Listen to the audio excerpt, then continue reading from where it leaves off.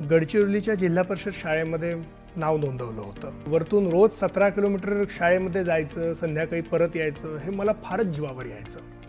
त्याच्यामुळे मी आईवडिलांना असं सांगितलं की शाळेत जाऊन 8 तास जे काही करावं लागतं त्याच्याऐवजी मला घरी राहू द्या, मी घरच्या घरीच 3 तासात माझा अभ्यास आटोपतो आणि मग बाकी मला जे करायचं त्यासाठी मी मोकळा। मी परीक्षांच्या वेळेला जायचो, पण अभ्यास मात्र स्वतःचा घरी करायचो आणि शाळेत जायची तशी काही मला आवश्यकता नव्हती। आणि हा प्रयोग आमचा खूपच चांगला चालला, कारण पहिली ते 10वी जवळजवळ प्रत्येक परीक्षेत मी शाळेत बऱ्याचदा जिल्ह्यात पहिला आलो आणि त्याच्यामुळे शाळेत न जाता घरी राहून शिकण्याची मला प्रचंड चांगली मुभा आणि आनंददायी अनुभव मिळाला। माझ्या सुदैवाने मला अनेक प्लेसमेंट ऑफर्स मिळाल्या आणि मी तो जॉब घेतला। पण जवळजवळ वर्ष संपायला आलं आणि मला असं वाटायला लागलं खूप तीव्रतेने की मी माझ्या जीवनासोबत काय करतोय। तर म्हणून अशी परिस्थिती भारतातल्या तरुण तरुणींवर येऊ नये आणि त्यांना त्यांचा पर्पज शोधायला गायडन्स मिळावं, एनकरेजमेंट मिळावी, काही माध्यम, काही टूल्स मिळावेत आणि तशी एक लाईक माइंडेड कम्युनिटी मिळावी, यासाठी आम्ही निर्माण हा युवा उपक्रम सुरू केला।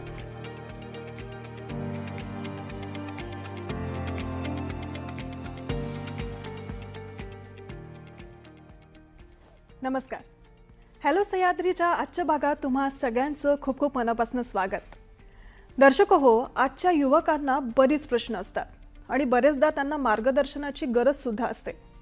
एक संस्था अशी आहे जी युवकांसाठी, त्यांच्या भरभराटीसाठी, त्यांना जीवनाचं उद्देश समजून सांगण्यासाठी कार्य करते। ती संस्था म्हणजे निर्माण संस्था। या संस्थेविषयी आज आपण चर्चा करणार आहोत आणि याच अनुषंगाने आजचा आपला विषय आहे युवक आणि निर्माण। आणि या विषयावर चर्चा करण्यासाठी आज उपस्थित आहेत अमृत बंग सर। सर, तुमचं आजच्या कार्यक्रमात खूप खूप स्वागत। फार फार धन्यवाद।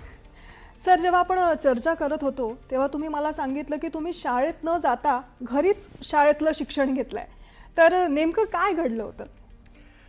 माझा जन्म 1986 सालचा आणि माझे आई वडील डॉक्टर अभय आणि डॉक्टर राणी बंग हे नुकतेच त्याच्या काही वर्षाआधी अमेरिकेतनं शिकून भारतात परत आलेले आणि त्यांनी असा निर्णय घेतला की भारतीय समाजात जिथे सगळ्यात जास्ती प्रश्न आहेत, जिथे सगळ्यात जास्ती समस्या आहेत, तिथे जाऊन काम करायचं। आणि म्हणून त्यांनी महाराष्ट्राच्या पूर्व टोकावर असलेल्या गडचिरोली जिल्ह्यात जाऊन आपण स्थायिक व्हावं असा निर्णय घेतला। त्याच्यामुळे 1986ला जेव्हा मी 6 महिन्याचा होतो आणि माझा मोठा भाऊ 6 वर्षांचा होता, तेव्हा आमचं अख्खं कुटुंब हे गडचिरोलीला आलं आणि लवकरच गडचिरोली शहरापासून पुढे 17 किलोमीटर जंगलाच्या आत आमचं शोधग्राम नावाचं एक रेसिडेन्शियल कॅम्पस आम्ही वसवलं, तर तिथे आम्ही सगळेजण शिफ्ट झालो।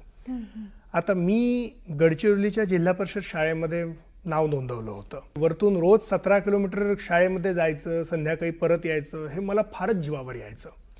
त्याच्यामुळे मी आईवडिलांना असं सांगितलं की शाळेत जाऊन 8 तास जे काही करावं लागतं त्याच्याऐवजी मला घरी राहू द्या, मी घरच्या घरीच 3 तासात माझा अभ्यास आटोपतो आणि मग बाकी मला जे करायचं त्यासाठी मी मोकळा।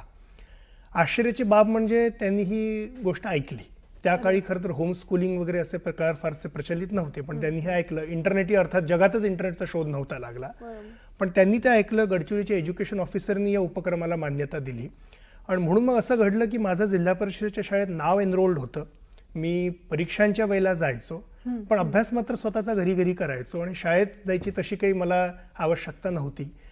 आणि हा प्रयोग आमचा खूपच चांगला चालला, कारण पहिली ते 10वी जवळजवळ प्रत्येक परीक्षेत मी शाळेत बऱ्याचदा जिल्ह्यात पहिला आलो आणि त्याच्यामुळे शाळेत न जाता घरी राहून शिकण्याची मला प्रचंड चांगली मुभा आणि आनंददायी अनुभव मिळाला। आणि हा जो उरलेला वेळ माझ्याकडे राहायचा, म्हणजे जसं मी म्हणालो की 3-1 तासात माझा सगळा शाळेचा अभ्यास पूर्ण होऊन जायचा। माझं गोल असायचं की आज शाळेत जे चालू आहे त्याच्या 2 महिने पुढे आपण असलं पाहिजे अभ्यासक्रमात, त्यामुळे तेवढा ॲडव्हान्स्डमध्ये मी असायचो। पण उरलेला जो दिवसाचा वेळ मिळायचा त्याच्यामध्ये असंख्य इतर गोष्टी करायचा मला अवसर आणि चान्स मिळाला। उदाहरणार्थ खूप पुस्तकं वाचायला मिळाली। आमच्याकडे जवळजवळ 10,000 पुस्तकांची लायब्ररी आहे, ती लायब्ररी मी स्वतः मॅनेज करायचो। आमच्या कुत्र्यांची काळजी घ्यायचो। माझे आई बाबा गावागावांमध्ये जे सार्वजनिक आरोग्याचं काम करायचे त्याच्यात त्यांच्यासोबत जायचो। दारू विरुद्ध गडचिरोलीच्या लोकांनी खूप मोठं आंदोलन केलं होतं आणि दारू आमच्या जिल्ह्यातनं आम्ही बंद केली। त्यामध्ये मला एक लहान मुलगा म्हणून सहभागी होता आलं। आणि इतकंच नव्हे तर निसर्गासोबत, झाडांसोबत आणि होणाऱ्या कन्स्ट्रक्शनवर 40 रुपये रोज अशा लेबरने पाणी मारणं हे काम देखील मी केलं। त्याच्यामुळे अशा वेगवेगळ्या जीवनानुभवांचा मला जो अनुभव घेता आला त्या काळात, I think that really shaped me as a human being. त्याच्यामुळे मी बऱ्याचदा माझ्या आईवडिलांना म्हणतो की तुम्ही अनेक चांगल्या गोष्टी माझ्यासाठी केल्यात, पण कदाचित तुम्ही मला दिलेली सर्वात सुंदर गिफ्ट किंवा भेट कुठची असेल तर ती म्हणजे शाळेत न जाता शिकण्याचं स्वातंत्र्य. बरोबर. पण सर, तुम्ही जसं म्हणाला की आई बाबा दोघेही डॉक्टर तुमचे, पद्मश्री डॉक्टर अभय बंग आणि राणी बंग, तसंच तुमचे मोठे भाऊ पण डॉक्टर. मग घरात सगळेच डॉक्टर असताना आपण इंजिनिअरिंगकडे कसं काय वळलात? कदाचित त्याच्यात तुमच्या प्रश्नातच उत्तर दडलंय की घरात सगळेच डॉक्टर आहेत म्हणून कदाचित मी इंजिनिअरिंगकडे वळलो असंही म्हणता येऊ शकतं. पण मला स्वतःला मेडिकल आणि बायोलॉजी ॲज अ सब्जेक्ट खूप आवडतात, पण मी स्वतः डॉक्टर बनून रुग्णांना सेवा द्यावी असं फारसं मला माझ्या आयुष्याचं चित्र दिसेना. आणि दुसरं मला असं वाटायचं त्यावेळेला की माझा मोठा भाऊ एनिवे मेडिकलला गेलेला आहे, कदाचित त्याचा किंवा माझ्या कोणाचा तरी पार्टनर जोडीदार देखील डॉक्टर असेल. इव्हेंच्युअली माझी जोडीदार डॉक्टर निघाली. सो मला असं वाटलं की आपण काहीतरी वेगळं शिक्षण जर घेतलं तर त्यानिमित्ताने कदाचित आपल्याला एक वेगळं डायमेन्शन, एक वेगळं अँगल या सगळ्या कामाला जोडता येईल. आणि मला फिजिक्स हे अतिशय आवडीचं. त्याच्यामुळे इंजिनिअरिंगमध्ये ज्या प्रकारचं एक लॉजिकल थिंकिंग आणि प्रॉब्लेम सॉल्व्हिंग असतं, मी ते शिकण्यासाठी म्हणून खरं तर इंजिनिअरिंगला जायचा निर्णय घेतला. अच्छा. पण मग इंजिनिअरिंग नंतर तुम्ही 1 वर्ष जॉबही केला आणि मग ते सोडून डायरेक्ट सामाजिक कार्यकर्ता म्हणून तुम्ही आता सध्या कार्यरत आहात. तर हा प्रवास कसा सुरू झाला? मी 2007 साली पुण्यामध्ये कम्प्युटर इंजिनिअरिंगमध्ये माझं BE करून ग्रॅज्युएट झालो आणि माझ्या सुदैवाने मला अनेक प्लेसमेंट ऑफर्स मिळाल्या. त्याच्यात सिमॅन्टेक नावाची एक अँटीव्हायरस कंपनी होती. त्या काळी ती जगातली 4थी सगळ्यात मोठी सॉफ्टवेअर मल्टीनॅशनल कंपनी होती. तर तिथे मला देखील प्लेसमेंट मिळाली आणि मी तो जॉब घेतला. पण जवळजवळ वर्ष संपायला आलं आणि मला असं वाटायला लागलं खूप तीव्रतेने की मी माझ्या जीवनासोबत काय करतोय. म्हणजे मी गडचिरोलीचा मुलगा पुण्यात बसून अमेरिकेतल्या कुठल्या तरी माणसाचे बँकिंग ट्रान्झॅक्शन सेफ व्हावे म्हणून सिक्युरिटी सॉफ्टवेअर लिहत होतो. पण हे मी का करतोय? म्हणजे ज्या माणसाला मी आयुष्यात कधी बघितलं नाहीये, कधी बघणारी नाहीये, त्याच्याविषयी मला काही वैर नाही, पण त्याचं बँकिंग ट्रान्झॅक्शन अमेरिकेत सेफ व्हावं म्हणून इथे मी का माझं आयुष्य घालवतोय याचं खरं तर मला उत्तर सापडेल ना. आणि केवळ एकच जे उत्तर सापडत होतं ते हे की मी कदाचित हे करतोय कारण मला प्रचंड मोठ्या प्रमाणात पगार मिळतोय. इतका मोठा पगार की जो कदाचित मला आवश्यक देखील नाहीये. So I was really faced with the dilemma की मला जे एकदाच मिळालेलं आयुष्य आहे ते मला कशासाठी वापरायचं आहे आणि निव्वळ IT कंपनीमध्ये काम करण्यात मी आयुष्य घालवावं असं मला खरंच वाटेना. आणि मग कदाचित माझ्यावर लहानपणापासून झालेले जे संस्कार असतील, मी ज्या वेगवेगळ्या प्रकारच्या सामाजिक कार्यकर्त्यांना बघत बघत लहानाचा मोठा झालो ते असेल, आणि माझे जे मेंटर आहेत श्री विवेक सावंत, महाराष्ट्र नॉलेज कॉर्पोरेशन लिमिटेडचे ते प्रमुख, जागोजागी आज आपल्याला MSCITचे जे सेंटर्स दिसतात त्याचे खरं तर ते अध्वर्यू. तर त्यांचा जो माझ्यावर प्रचंड मोठा परिणाम होता माझ्या आई वडिलांच्या सोबतच, त्यामुळे मला असं वाटलं की मी माझ्या राज्यातल्या प्रश्न सोडवण्यासाठी काहीतरी करायला हवं आणि हे सॉफ्टवेअरमध्ये राहून काही होणार नाही. म्हणून मग 2008 साली मी माझ्या त्या नोकरीचा राजीनामा दिला आणि आता काय 17 वर्ष झालेली आहेत. मी असं ठरवलं की from Pune back to Gadchiroli आणि from software back to social problem solving ते मी करतोय. नक्कीच. पण सर, निर्माण ही जी संस्था आहे, आपण याला उपक्रम म्हणूया, तर हा उपक्रम नेमका कसा सुरू झाला आणि काय काय काम करतं? मी आत्ता जो प्रश्न सांगितला तुम्हाला माझ्या स्वतःच्या बाबतीत, तर हा दुर्दैवाने फक्त अमृतबंग पुरता मर्यादित प्रश्न नाही आहे. आपल्याकडचे बहुतांश तरुण मुलं मुली ज्या वेगवेगळ्या कॉलेजेसमध्ये जातात, ज्या वेगवेगळ्या डिग्रीज घ्यायला जातात, बहुतांश कॉलेजेस आणि डिग्रीज हे तरुण मुला मुलींना प्रचंड मोठ्या प्रमाणात माहिती देतात, इन्फॉर्मेशन देतात. आणि दर 6 महिन्यांनी परीक्षा नावाची एक गोष्ट येते ज्याच्यात आपण जाऊन ती इन्फॉर्मेशन रिप्रोड्यूस करायची असते. फार क्वचित प्रसंगी लोकांना कौशल्य किंवा स्किल्स मिळतात. त्याच्यामुळे तरुण MBBS डॉक्टरला इन्फॉर्मेशन खूप असते पण स्नेक बाईट किंवा मलेरिया ट्रीट करता येत नाही. तरुण इंजिनियरला इन्फॉर्मेशन खूप असते पण बग फ्री कोड लिहिता येत नाही. आणि तरुण जर्नलिस्टला इन्फॉर्मेशन खूप असते पण ग्रॅमॅटिकली आणि फॅक्च्युअली करेक्ट न्यूज लिहिता येत नाही. कॉमर्स ग्रॅज्युएटला टॅलीचे अकाउंट सांभाळता येत नाहीत.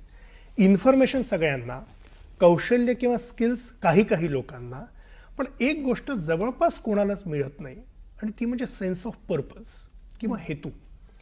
जे काही मी शिकलोय त्याचा उपयोग आता मी नेमका कोणासाठी करायचा, नेमका कशासाठी करायचा, याचं काही ठोस उत्तर हे बहुतांश तरुण मुलामुलींकडे नसतं. आणि मग ते जीवनाचे निर्णय कसे घेतात तर ते आपल्या आजूबाजूला बघतात की माझे बाकीचे बॅचमेट्स काय करतायत, माझे 1-2 बॅच सिनियर काय करतायत, किंवा कोणीतरी काका मामा यांनी मला काहीतरी सांगितलं असतं मग मी ते करतो. मला ही खूप मोठी शोकांतिका वाटते. भारतातल्या तरुण तरुणींना त्यांना मिळालेलं एकमेव आयुष्य हे पर्पजफुली व्यतीत कसं करावं हे शोधण्याची संधी मिळणं, मार्गदर्शन मिळणं हे अत्यावश्यक आहे. नाहीतर त्यांचं काय होतं तर नाहीतर त्यांचा अमृतभंग होतो 2007 सालचा, ज्याला जॉब तर मिळून गेलेला आहे पण जो या प्रश्नात पडलाय की मी करू काय नेमकं आता. तर म्हणून अशी परिस्थिती भारतातल्या तरुण तरुणींवर येऊ नये आणि त्यांना त्यांचा पर्पज शोधायला गायडन्स मिळावं, एनकरेजमेंट मिळावी, काही माध्यम, काही टूल्स मिळावेत आणि तशी एक लाईक माइंडेड कम्युनिटी मिळावी, यासाठी आम्ही निर्माण हा युवा उपक्रम सुरू केला. आणि म्हणून आमच्या उपक्रमाची जी टॅगलाईन आहे ती फार इंटरेस्टिंग आहे. ती यूथ फॉर पर्पजफुल लाईफ अशी आहे, यूथ फॉर पॅकेजफुल लाईफ नाही. तर निर्माणचं मुख्य काम हे महाराष्ट्रातल्या आणि भारतातल्या तरुण तरुणींसोबत काम करून त्यांना त्यांचा पर्पज किंवा हेतू शोधायला मदत करणं, अवतीभोवतीच्या सामाजिक समस्यांविषयी त्यांना सजग करणं आणि या समस्या सोडवण्यासाठी मी काय करू शकतो, समाजातल्या समस्या आणि माझा हेतू याची काही सांगड मला घालता येईल का, या दृष्टीने निर्माण काम करतं. सर, जसं तुम्ही आता म्हणालात प्रत्येकच तरुणांना प्रश्न असतातच. बरेचदा असं वाटतं की आपण हे का करतोय, कशासाठी करतोय, पर्पज जसं तुम्ही म्हणालात कळत नाही. तर सामाजिक आणि आर्थिक जसं तुम्ही म्हणालात की तुम्ही ते प्रॉब्लेम सॉल्व्ह करतात, तर आर्थिकदृष्ट्या बरेचदा कळत नाही तरुणांना की आपण आर्थिक सुरक्षितता काय आहे आपली. तर ते तुम्ही तरुणांना काय सांगा त्याविषयी? मला असं वाटतं महाराष्ट्राच्या बाबतीत बोलायचं झालं तर महाराष्ट्रामध्ये एक सोसायटल शिफ्ट घडलेला आहे, सामाजिक स्थित्यंतर घडलेलं आहे. पण ते स्थित्यंतर आपल्या मानसिक स्थित्यंतरात मात्र पुरेसं अवतरलं नाही आहे. आपण जर 50 वर्षापूर्वीचा महाराष्ट्र बघितला किंवा तुमच्या माझ्या कोणाच्याही आईवडिलांकडे आणि खरं तर त्यांच्या आईवडिलांकडे म्हणजे आपल्या आजी आजोबांच्या जनरेशनकडे बघितलं तर तुम्हाला जाणवेल की प्रचंड हलाखीची परिस्थिती होती.